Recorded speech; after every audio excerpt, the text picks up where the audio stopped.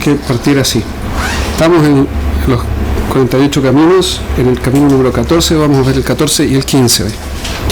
Las cajas. ¿Qué es lo que es ¿cuál es el camino número 14, como lo vimos la semana pasada? Mishnah. No. No. ¿Sí? No. Mikra. De Mikra, muy bien. Con la cabot. De Mikra, con la lectura. ¿Sí? Mikra, la lectura en hebreo, tiene que ver con invocar. ¿Sí? Coré. Mikra es aquello que causa que algo sea invocado. Por eso actúa, así funciona. ¿Saben lo que es invocar en...? Sí. Sí. Entonces, como un llamado.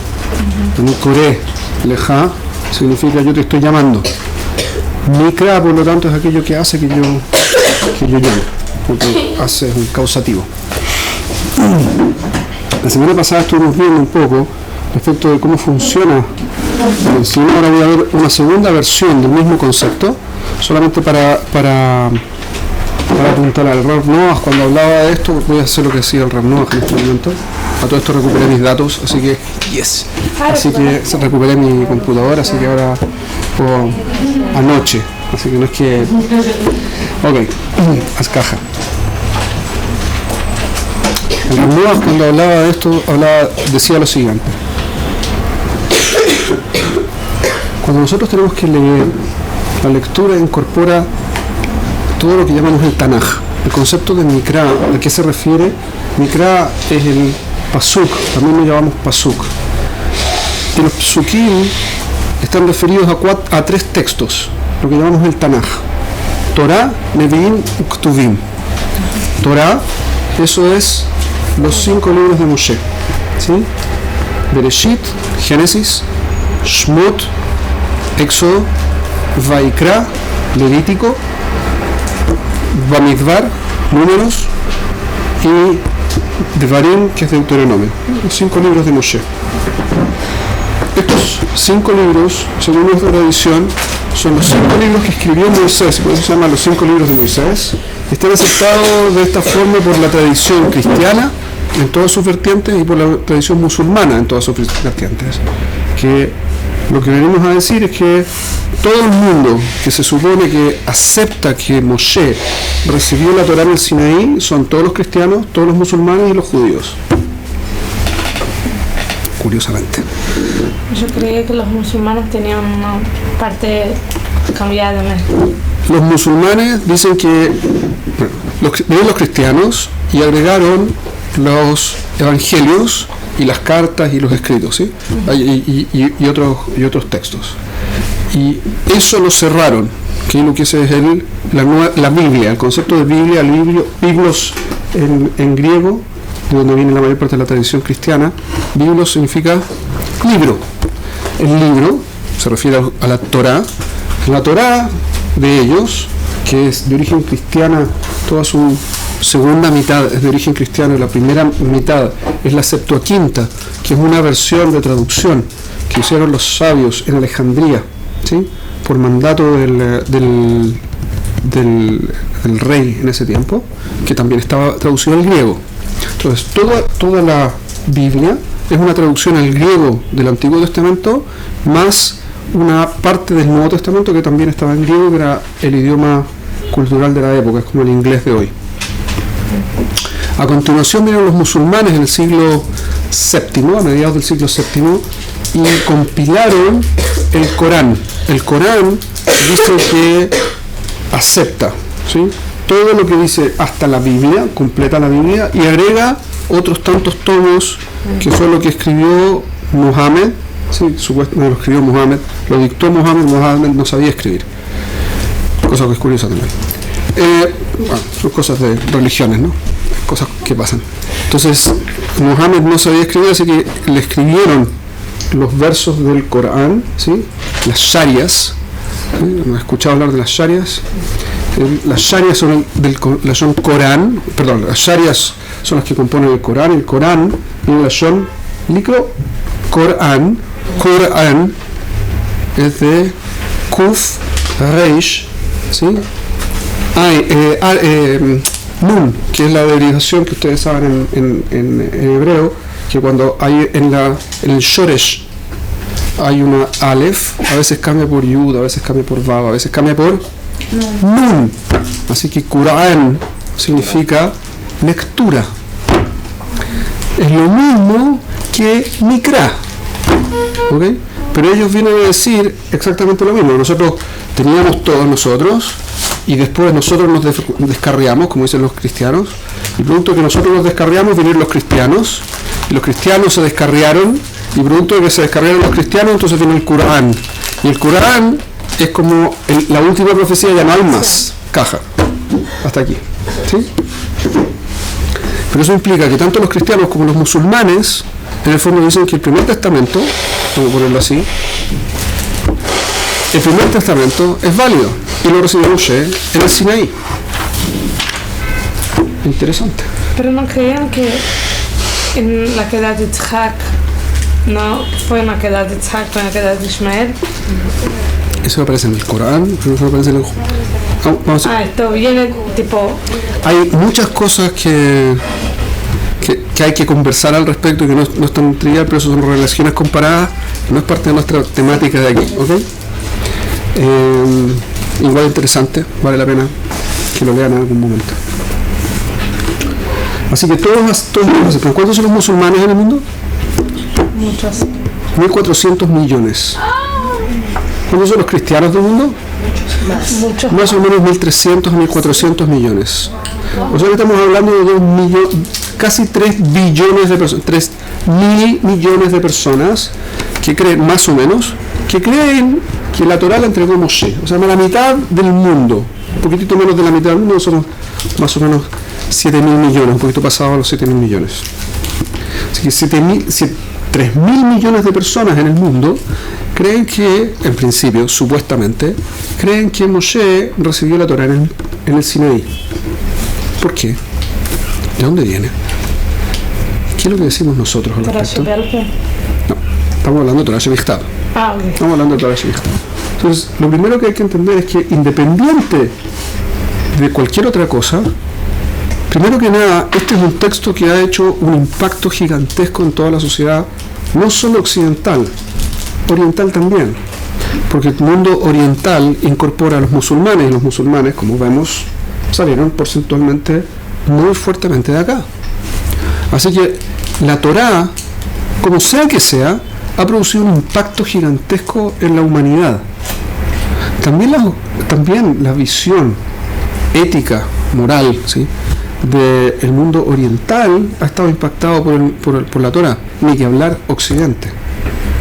El concepto de los derechos humanos, independiente de lo que hemos conversado respecto a que no necesariamente están bien redactados, pero independiente de como sea, esos conceptos vienen de la Torá. La mayor parte de los conceptos vienen de la Torá, que es la base de la tradición occidental.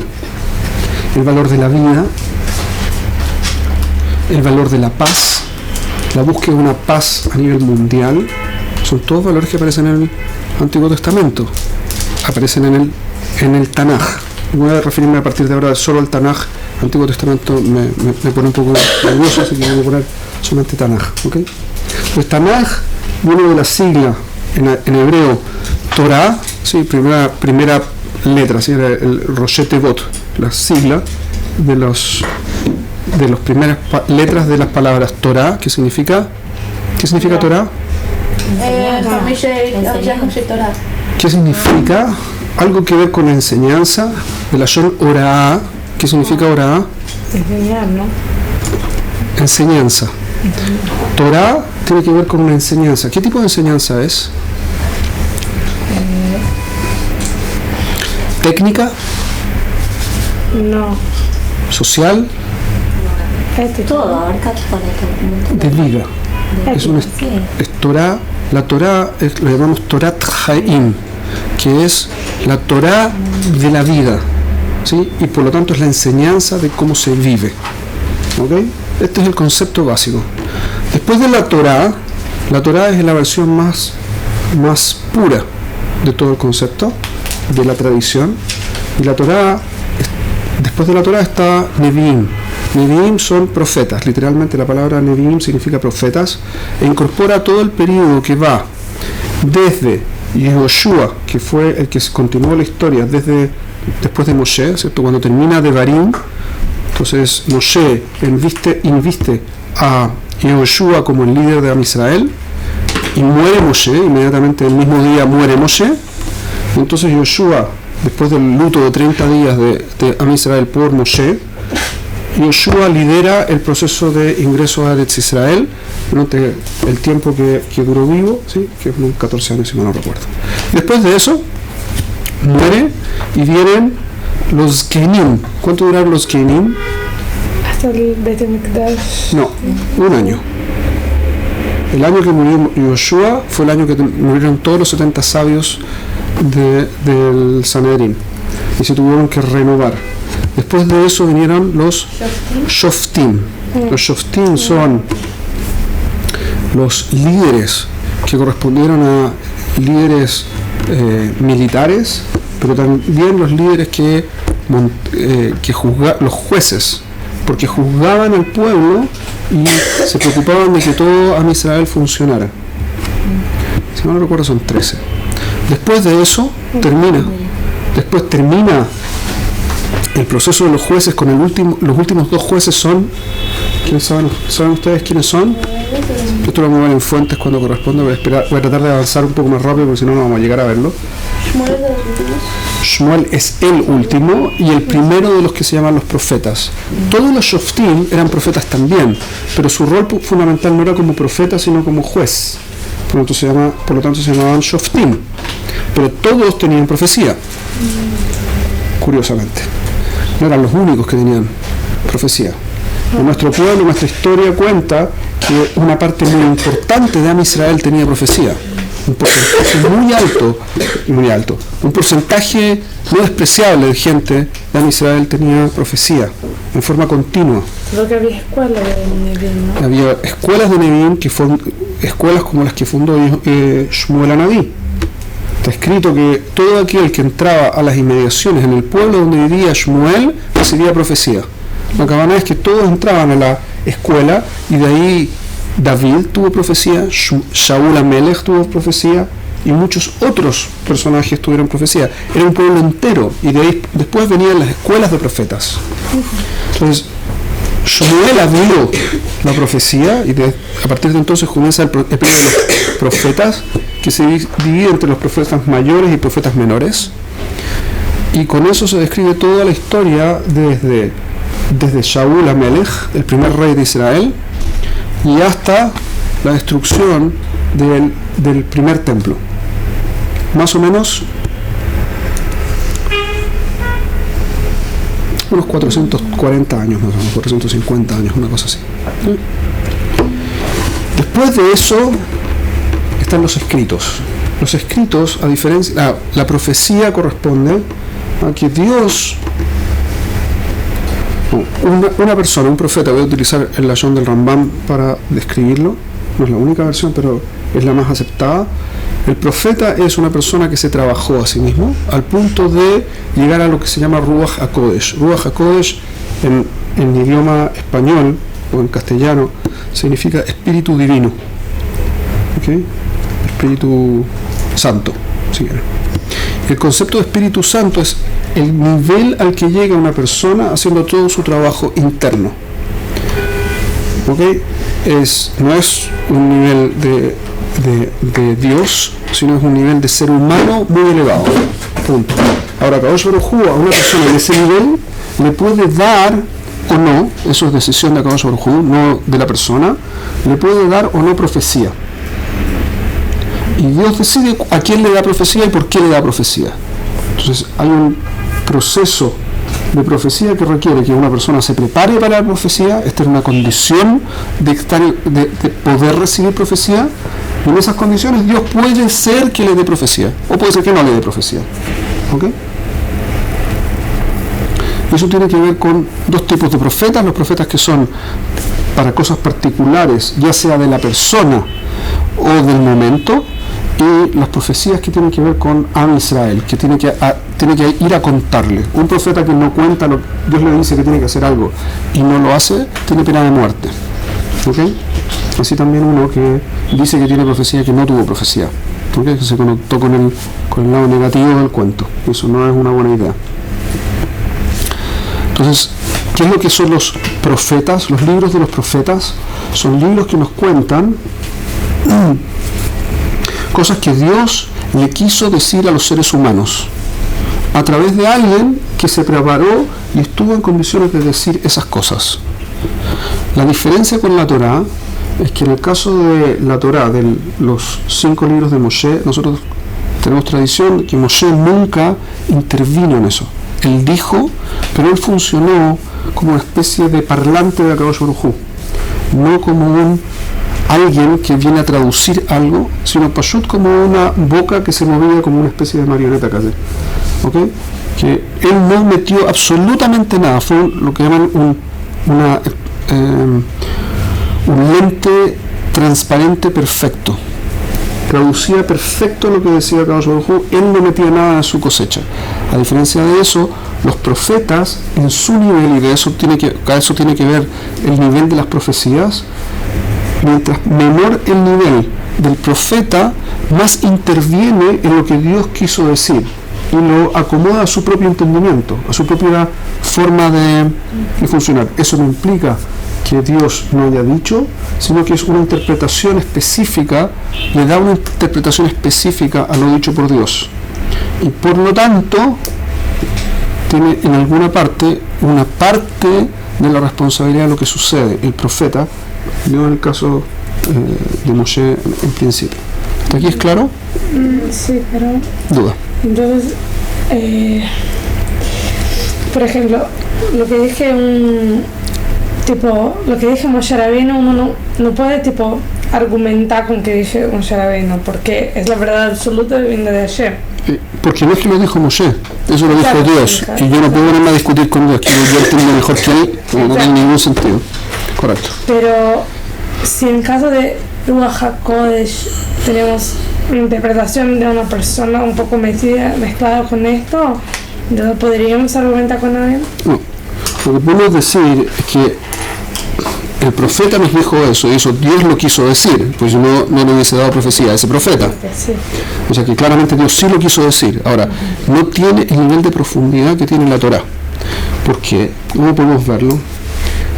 Lo que dice la Torá, yo puedo analizar los textos, el texto de la Torá, y encontrar 48, 70 formas distintas de expresar lo que dice el texto, y todas son correctas, porque son 70 intenciones específicas que la Torá tiene cuando dice lo que dice.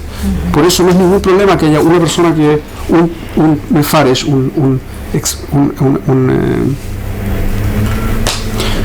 rabino que viene a explicar, ¿okay? Un exégeta se dice en castellano, pero una persona que viene a explicar lo que dice el texto y que no tiene nada que ver con lo que dice otra persona que viene a decirlo sobre el mismo texto, porque están hablando de dos niveles distintos en el mismo texto.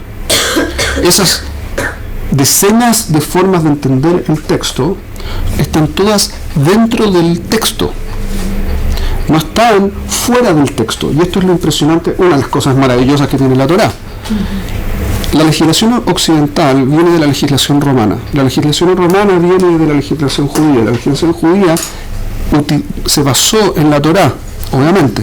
¿Cuál es la diferencia? La lógica de la legislación occidental es que si la ley está puesta en la que no es jurisprudencia, en la que no está basada en las decisiones de los jueces y que van incorporando nueva ley porque los jueces así lo dijeron, sino en las leyes. Las leyes se supone que tienen una intención, un espíritu de la ley. ¿Han escuchado el concepto de espíritu de la ley? ¿Sí? El concepto de espíritu de la ley es que yo entiendo que la ley implica algo. Ahora, la ley está escrita por un lashon humano, por una expresión humana. En el caso de la tradición occidental, en el mundo entero, todas las leyes del país están hechas por seres humanos. Ahora, cuando viene un abogado, el abogado lo que hace es interpretar a conveniencia de su cliente o en contra del acusado lo que dice la ley. Y eso es válido. Y lo acepta la ley como algo válido. ¿Por qué? Porque está basado en el mismo concepto de la Torá. Si yo lo puedo interpretar y efectivamente es lo que dice el texto, puedo decir cosas distintas. No necesariamente es la única intención. A diferencia de la Torá, en todo caso, la ley, el ser humano cuando escribe una ley, Biblia escribe con errores. No tiene todas las intenciones factibles en el texto. Dios cuando dice algo, dice en serio eso, exacto, y no se equivoca ni un ápice, nada. Entonces es completamente distinta, la lógica de las dos leyes es completamente distinta. ¿Se entiende mi punto? ¿Me expliqué? En la práctica, para nosotros, en la práctica la diferencia cuando estamos cumpliendo una ley que fue sacada. Vamos a decir así. No, un segundo. No estamos sacando, cuando estamos hablando de Nevi'im, no estamos hablando de Ruach HaKodesh, estamos hablando de profecía. No es lo mismo. ¿Okay? Los escritos están escritos con Ruach HaKodesh y en el fondo tienen entendimiento del nivel que podría producir profecía, pero no es profecía. No es una profecía explícita. ¿Okay? Eso significa que Dios sí dijo lo que dice el Naví, solo que no necesariamente de la forma en que el Naví lo dijo, sino que el Naví nos viene a explicar un poco lo que dijo Dios. ¿Ok? Entonces, tiene un nivel impresionante, pero no está ni cerca del nivel que tiene la Torah. Eso es toda la diferencia. Entonces, no es discutible tampoco lo que dice el texto del Naví, pero no es mi base. Un Naví no puede venir a inventar una ley que no existe. Un Naví no puede venir a decir, Dios dijo que hay una mitzvah 614. Si dice algo así, tiene pena de muerte. Y tampoco puede decir, Dios dijo que ya no vale esta mitzvah, pena de muerte. Lo que puede venir a hacer es explicar las mitzvot y explicar la forma en que se entiende, pero no puede venir a cambiar, porque lo que define la Torah, eso es, y no hay nada que discutir al respecto. Y no le falta nada y no le sobra nada. Eso es lo que decimos en Torah. ¿Okay? Entonces en el Tanaj tenemos la Torah, los 5 libros, después vienen los Nevi'im, y después con Ruach HaKodesh, con este entendimiento que está al nivel de poder recibir profecía, con ese mismo entendimiento hay escritos.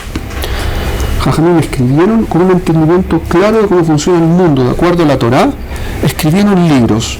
Los libros son Yov, ¿sí? Megilat Esther, que acabamos de leer, Shir HaShirim, Eclesiastés, etcétera, etcétera, ¿sí? Coelet, etcétera. Son Teilim, ¿sí? todos los sí, 150 Teilim. Ahora, ¿qué es lo que implica esto? Que la Torah está escrita la Torah es Torat Haim, la Torah es una Torah de vida. Por lo tanto, está escrita para que sea una enseñanza de cómo vivir. El profeta nos viene a hablar de lo que es la enseñanza de una forma más clara, más explícita. Y el escrito me viene a explicar cosas que también son de lo que dice la Torah escrita. Al final, todo es un desarrollo sobre lo que dijo la Torah. ¿Hasta aquí es claro? ¿Me expliqué? Hay quienes dicen que de hecho la Torah escrita solo incorpora el Humash, así lo recibí de una serie de rabinos, solo incorpora el Humash, y lo otro también se llama Torah oral. Pero es una Torah oral que es Torah oral escrita casi, una cosa muy rara. Vamos a hablar ahora en un ratito, vamos a hablar Bezat Hashem de la Torah oral. Entonces, ¿qué es lo que vienen a decir en el fondo? Que la Torah escrita es solo el Humash, el resto son desarrollos sobre el Humash, lo mismo. Es una forma distinta de decir exactamente el mismo concepto. ¿Se entendió lo que acabo de decir? ¿Estamos? Está bien. Haz caja. Si la Torah es Torat Haim, es una enseñanza de vida, entonces quiere decir que está escrita de forma tal que yo pueda aprender para vivir. Ese es el objetivo de la Torah. Y por lo tanto, si uno quiere, puede encontrar respuestas dentro de la Humash, de la Torah escrita, o de la Torah escrita en el sentido amplio, o de la Torah escrita en el sentido particular. Uno puede encontrar cómo desarrollarse al máximo, cómo ser el máximo de lo que uno puede llegar a ser en los relatos de la Torah. Y para eso una muestra pequeña. Ayer estaba escuchando un shiur de Wallenstein, un mecánico, un educador muy importante en Estados Unidos, y él daba el siguiente ejemplo. Decía: hoy estamos enseñando la Torá. Es un mecánico, un educador en Estados Unidos que está hablando del concepto de Torá. Y dice: hoy se enseña la Torá en el mundo poniéndole nota a la gente, a ver si se la sabe. Y la gente, toda la gente tiene que ir a aprenderse las mismas cosas. Pero hay gente que funciona distinto. Hay distintos niveles intelectuales. Hay distintos intereses. Hay distintos backgrounds. Hay distinta situación que vivió la persona. Así que la Torá debiese estar relacionada con cada uno por separado. ¿Y cómo lo hace la Torá? La Torá, en principio, cuenta historias de todos los problemas y todas las crisis que el ser humano pueda tener. Y cómo la persona que vivió esa crisis la superó. Les doy un ejemplo. Asesinatos. ¿Han escuchado hablar de los asesinatos que trae la Torá? Trae montones. Padres que perdieron hijos, hijos que perdieron padres, hermanos que se pelean, hermanos que se llevan bien, crímenes pasionales, crímenes que no son pasionales, crímenes por ideales, crímenes por toda clase de cosas. Todas las situaciones que se pueden imaginar. Los más grandes personajes de la historia son los que fueron capaces de superar más crisis. Fíjense, ¿quiénes fueron los más grandes de la historia? Adam Arishon tenía un objetivo, él sabía cuál era su objetivo y no lo hizo. Sabía que lo que había hecho estaba mal. Nosotros podemos decir: yo no entiendo muy bien. Él sabía lo que tenía que hacer y sabía cómo lo tenía que hacer y no lo hizo. Y no se deprimió. Sabía que podría haber llegado mucho más lejos de donde llegó y no se deprimió. Noah, toda su generación se burlaba de él. Todos se burlaron de él. Porque estaba construyendo un arca en la mitad del desierto. Era ridículo lo que estaba haciendo. Y no se dejó llevar por eso. Abraham, ese es un símbolo, ¿no? Lo tiraron al fuego. Al fuego. Le pidieron matar a su hijo. Tuvo que poner en peligro su matrimonio, no una, 2 veces. Tuvo que ir a una guerra que no podía ganar. Y la ganó.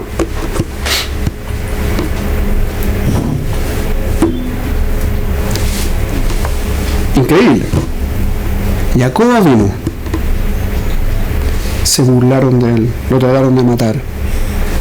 Lo hicieron casarse con alguien que no quería casarse.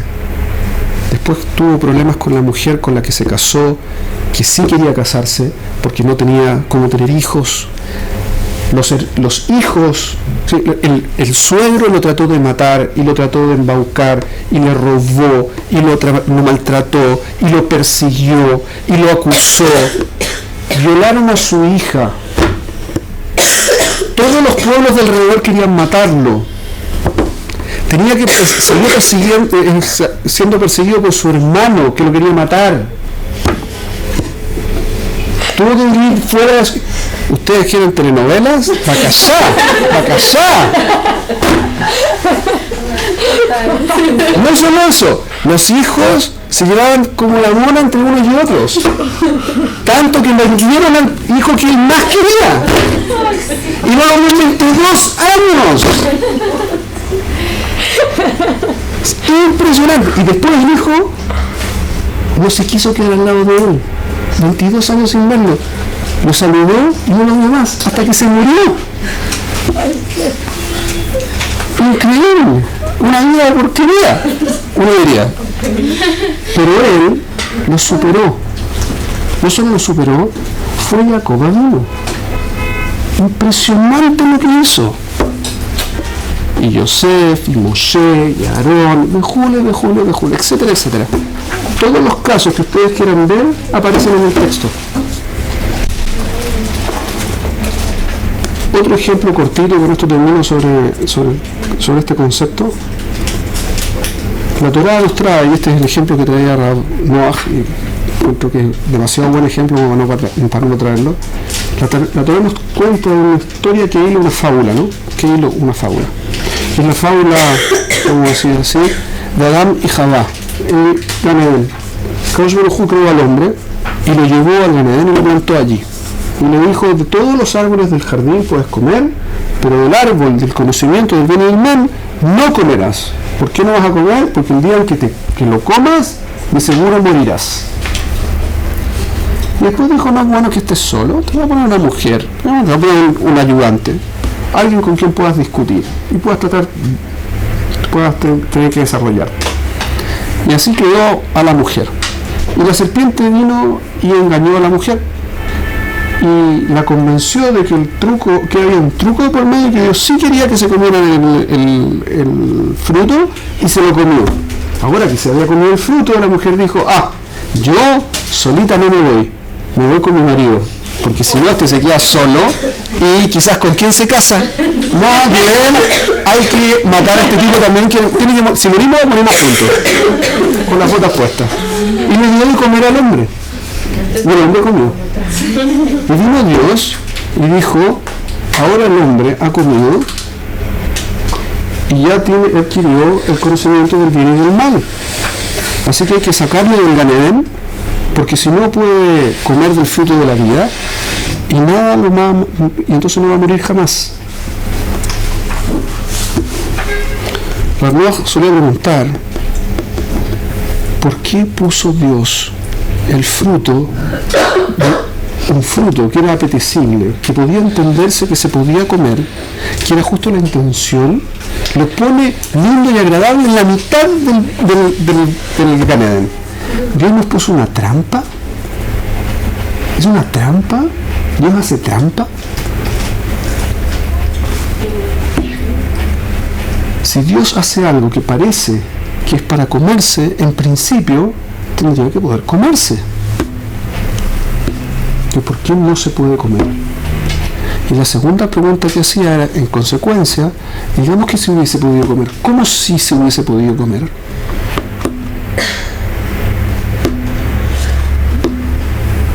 ¿Cómo si se hubiese podido comer el fruto del conocimiento del bien y del mal? ¿Y cómo nos hubiésemos podido preparar para poder comerlo? ¿Cuál es el motivo por el que no podemos comernos el fruto del conocimiento del bien y del mal, según lo que dice el texto? Porque nos vamos a morir. Y a continuación, que dijo, ahora que lo comiste, puede ser que comas del fruto de la vida y no te mueras. ¿Cómo podríamos haberlo hecho? Primero comer el fruto de la vida y después comer el fruto del conocimiento. ¿Cómo se llama el árbol de la vida? Torá. ¿Y qué es lo que hay en el fruto del conocimiento del bien y del mal? El Rav Noah solía decir, el conocimiento del bien y del mal es la experiencia. Y si ustedes lo analizan, tiene todo el sentido del mundo. Qué impresionante. Él decía, es el conocimiento de la experiencia. Todos queremos tener experiencias y no tenemos ganas de esperar a saber cómo usarlas. Ya voy a aprender solito, no hay ningún problema. Yo puedo, soy autodidacta, voy a aprender. No puede ser tan terrible, no puede ser tan malo. Dios nos dijo, no hagan eso. Partan por saber Torah. ¿Qué es lo que es la Torah? Torat Haim. ¿Qué es lo que es Torat Haim? Aprendan a vivir. Después de que sepan cómo se vive, tengan todas las experiencias del mundo que quieran. Pero no primero las experiencias y después aprendan a vivir. Porque entonces van a hacer cualquier cosa menos vivir bien. ¿Tiene sentido? Sí, tiene sentido. ¡Wow! ¿Cómo se hace? ¡Wow! ¿Se aprende Torah? Pero pues si viviendo se tienen experiencias. Sí, pero las experiencias nos dicen cuáles son buenas experiencias para tener, cuándo tenerlas, cómo tenerlas, cuándo les saco el máximo provecho a una experiencia. un niño se le pone un montón de chocolates y golosinas alrededor, ¿cuál es la probabilidad que no quiera comer? Cero. Y cuando come, ¿cuál es la probabilidad que no le duele la panza, el estómago? Cero. ¿Por qué? Porque va a tener todas las experiencias, pero no tiene idea cómo controlarlas. ¿Qué es lo que sería razonable? Comer todas las golosinas que quiera, después de que sepa cómo comerlas bien. ¿Cuánto puede comer? ¿Cómo comer? ¿Dónde comer? ¿Para qué comer? De forma que le saque el máximo provecho a comer la golosina. Lo pueden aplicar a cualquier ámbito de la vida. ¿Cuál es el concepto que está enseñando entonces la Torá en esta fábula? En esta fábula nos está diciendo el objetivo de la persona depende de que la persona primero fije sus objetivos. Sí, perdón, voy a decirlo de nuevo porque lo dije mal. El alcanzar los objetivos de la persona depende de que la persona primero sepa cuál es su objetivo, cómo se llega a él, cómo se aprovechan los recursos que tiene a su alrededor y después que los use, que llegue a su objetivo. ¿Cuál es el problema? Al revés, se va a autodestruir y la vida no va a tener sentido. Por eso es preferible que no tenga vida eterna, porque va a haber destruido el sentido de que esté. Es notable lo que dice el texto. Es notable. Pero... ¿Hasta aquí es claro? Esto es una forma de leer el texto. Segundo, por favor. Esta es una forma de leer el texto que depende de un último punto, que es que el texto no está escrito de una forma en la que yo pueda leerlo en la traducción. ¿A qué me refiero con esto? El texto está escrito que es un mal escrito, y esto sí lo vimos la semana pasada. Si está mal escrito suponiendo que yo quisiera decir lo que el texto dice. Pero el texto no quiere decir lo que yo quiero decir, el texto quiere decir lo que el texto quiere decir. Entonces, se requiere que cuando yo estudio el texto, cuando yo lea el texto, lo lea entendiendo que lo que sea que está escrito es correcto. Y yo tengo un problema en mi entendimiento, por eso lo leo como que está mal. Eso implica que no tengo que tratar de pasar por encima de los problemitas. No tengo que tratar de leerlo rapidito. Tengo que tratar de entender lo que dice. Porque si no, no voy a alcanzar el conocimiento que está ahí para que yo lo saque.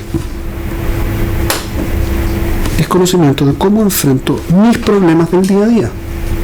Mi vida, cómo la vivo. Es irrelevante en términos de historia. Y Jajamim nos dicen desde la Gemara, desde la Mishnah, en tiempos inmemoriales, la Torá no es un libro de historia. Es acucioso en términos de historia, pero no es un libro de historia.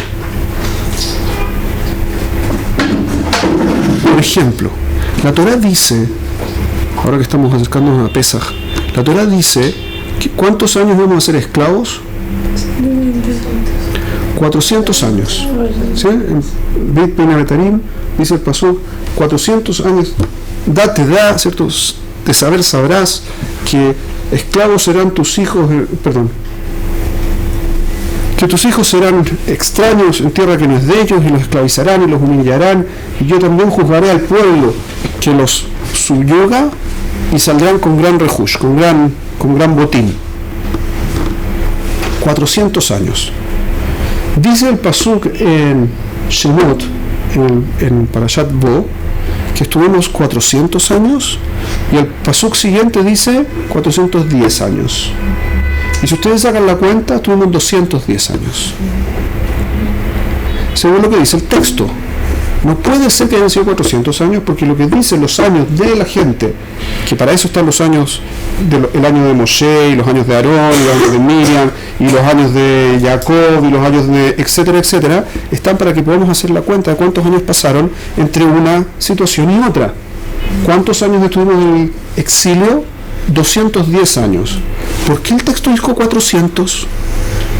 Y peor, y después dice 410. No, creo que 430, dice peor. Tiene 430. 430, no 410. Entonces ponte de acuerdo. Si me van a decir que son 400 y que se te olvidó hacer el cálculo, de ceder. Mal. Hay algo que está muy mal. Pero dime 400 entonces, no me digas 400 y 430. O dime 430, no me digas 400. O dime 210, ¿por qué me dices 400? 400? ¿Qué es lo que me está diciendo, Mijlal? No tiene ningún sentido. Tengo que enfrentar el tema. De hecho, uno de los grandes ta'anut de los arqueólogos y de los que estudian el texto como parte del libro histórico es que dice el texto que tuvimos 400 años y no podemos haber pasado más de 200, 250 años allí. Obvio, porque no estuvimos ahí, eso es lo que dice el texto. No estuvimos 400 años, estuvimos 210. Entonces, ¿por qué puso eso? No es un libro de historia, así que no me viene a contar la historia. ¿Sabes lo que me viene a decir? Pudimos haber salido antes. ¿Y saben qué? Quedan 190 años. Estamos debiendo 190 años y pudimos haber quedado debiendo 210 años. Dependiendo de nosotros. Es un tema largo, no están, pero eso quiere decir que hay más información dentro del texto. ¿Ok? Cuando uno lee el texto, lo tiene que leer con cuidado, porque no es un texto que esté escrito como yo lo escribiría. Está escrito con muchísima información. Así en castellano muy docto, está abarrotado de información, porque le falta espacio para meter más información. Impresionante. A mí me pasa que yo hoy lo leo, después de haberlo leído varias veces, no es que lo leo demasiado, pero lo leo varias veces. Y lo leo hoy y todas las veces que lo leo encuentro cosas nuevas que nunca había visto antes. Es impresionante. Todo el tiempo. Eso es Torah escrita. Me falta Torah oral. Torah oral tiene que ver con el contexto para poder entender eso. Eso lo vamos a tener que ver la próxima semana.